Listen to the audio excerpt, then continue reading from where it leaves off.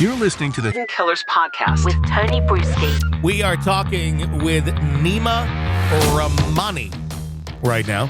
He's president of the West Coast Trial Lawyers and also a former federal prosecutor, discussing the verdict that came in the Taylor Schabusiness case in Green Bay, Wisconsin.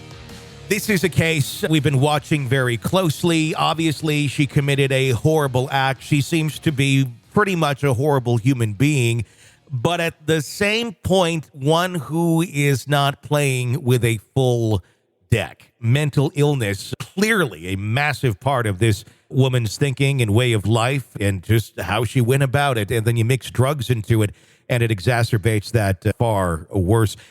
I'm happy she was found guilty, but at the same point, I feel like there didn't seem to be a good understanding of mental illness in this trial and what it can do to someone. Taylor Schabusiness is a very unique criminal defendant in terms of not only what she did, but here's someone who attacked her former defense attorney, someone who threw a chair at a psych who was trying to evaluate her. Obviously, anyone who decapitates a lover like she did clearly has mental health issues. I think once she was deemed competent to stand trial, she really didn't have much of a chance in terms of arguing the case on the merits, but that's just not particularly sympathetic. Obviously, I'm coming from the perspective of a former prosecutor who's now a convicted murderer, but I don't think she did herself any favors by attacking folks on her defense team. Yeah, I think that might have hurt her a little bit. Yeah.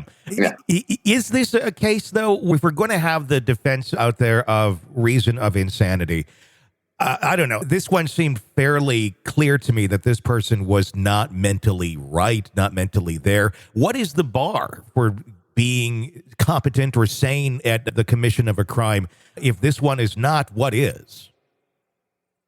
Yeah, it's challenging. I think over time, it's been more difficult to prove these not guilty by reason of insanity cases. And every state has a little bit of a different standard, but usually the burden's on the defense, right? By preponderance, sometimes even clear and convincing to prove the insanity. And it really has to be but because of a mental disease or defect. You don't understand the consequences of what you're doing. You don't know right from wrong. And it's a tough standard to meet, number one, but I think jurors have just become more skeptical of it over time. They feel criminal defendants are getting a pass, and even if they are institutionalized, I've seen it time and time again more recently, a clear shift. And, I think Wisconsin jurors weren't going to have a whole lot of sympathy for her, someone like this. And frankly, she just didn't present well in court. She's smiling, she's laughing when they're talking about it's really really one of the most brutal, horrific crimes in recent memory. When you have someone who's not likable,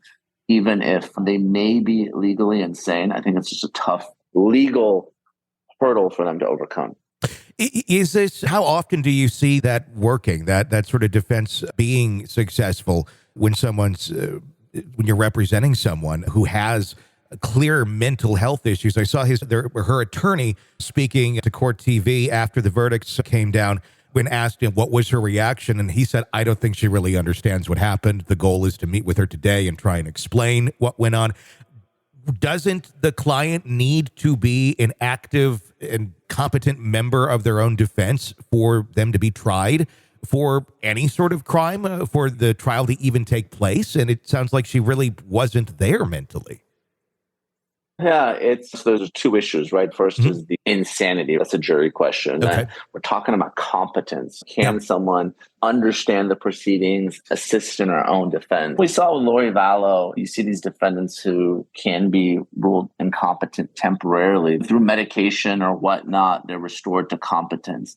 And it was really a question for the judge. But you have all types. You have people were pretty frail. Bob Durst, who was, at least the defense said that he was incompetent. But again, it's a tough burden for defense attorneys to meet. Judges tend to be skeptical. They think folks are malingering. And really, whenever you have the burden on the defense to prove something, it's a lot more challenging. And that's really what we saw here. And at the end of the day, you have someone like Schabusiness who was clearly upset enough to attack her lawyer or her psych. She just might be someone who, frankly, is consumed with rage or have some other issue. It may not necessarily be someone who's insane or incompetent.